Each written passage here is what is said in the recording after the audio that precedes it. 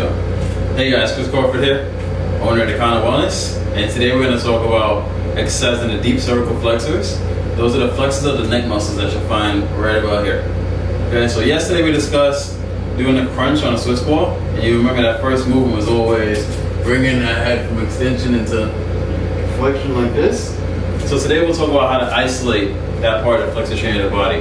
Okay, so remember yesterday we went over the neck, the abdominals, and the hip in terms of that whole flexor chain. So now we get to isolate that by focusing on the neck. All right, so I'm going to be using a blood pressure cuff to this exercise, and I'll show you how to do so in a couple minutes. But before, I'll give you a little description of why it's important to train the neck. Think about today's society, everyone has a cell phone, so everyone looks at the phone and everyone's head is forward. You'll see that migrate forward more and more. And what it does is it puts more pressure on your neck. Every inch that your head is forward, it puts a lot more pressure on your neck. So you want to make sure that you have good posture. Okay, so you always want to start from the top down. Make sure your neck is in a good postural state. All right. Whatever reason, it's good to just have that balance between the abdominals and the neck.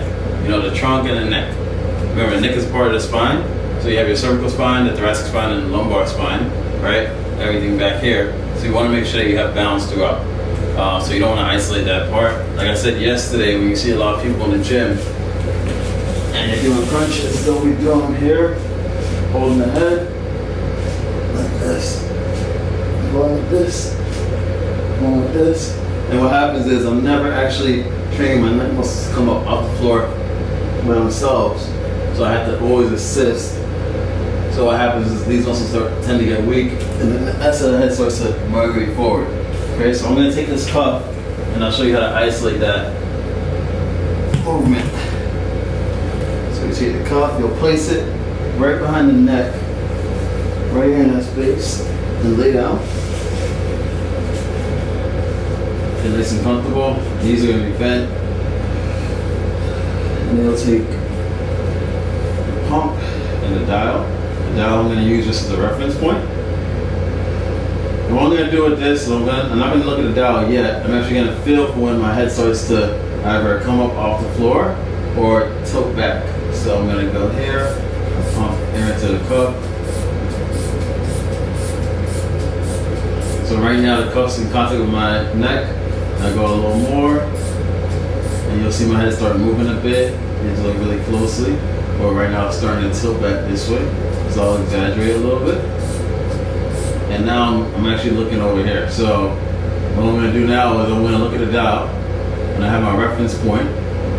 So right now I'm at 120, or exaggerate. I'll normally be at about 80 when I do this exercise. And then I'm going to go ahead and tuck my chin in while keeping the head in contact with the floor. So I'm going to tuck the chin in this way, and I'm flexing the neck muscles here. It's going to be a little weird to talk in this position. Now release it. And inhale.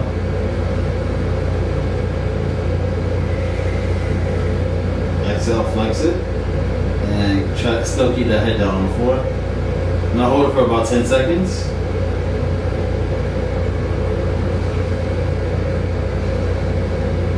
Now go ahead and relax. Go again.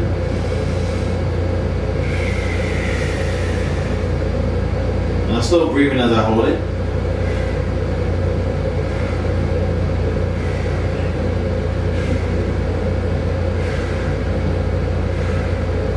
And what's going to do is it's going to form a double chin, so that's a good way to check, make sure you're doing it right.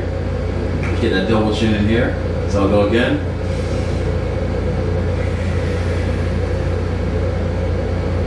Get a nice double chin here.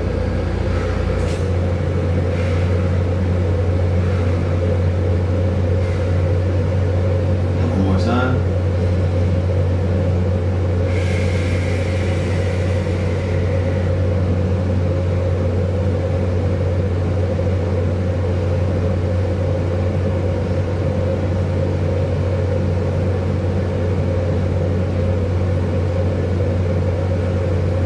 Good. Now when I'm done, I'll just rest and I'll repeat it again. So when I'm doing this exercise, I want to go from a reference point to when my head starts to tilt back.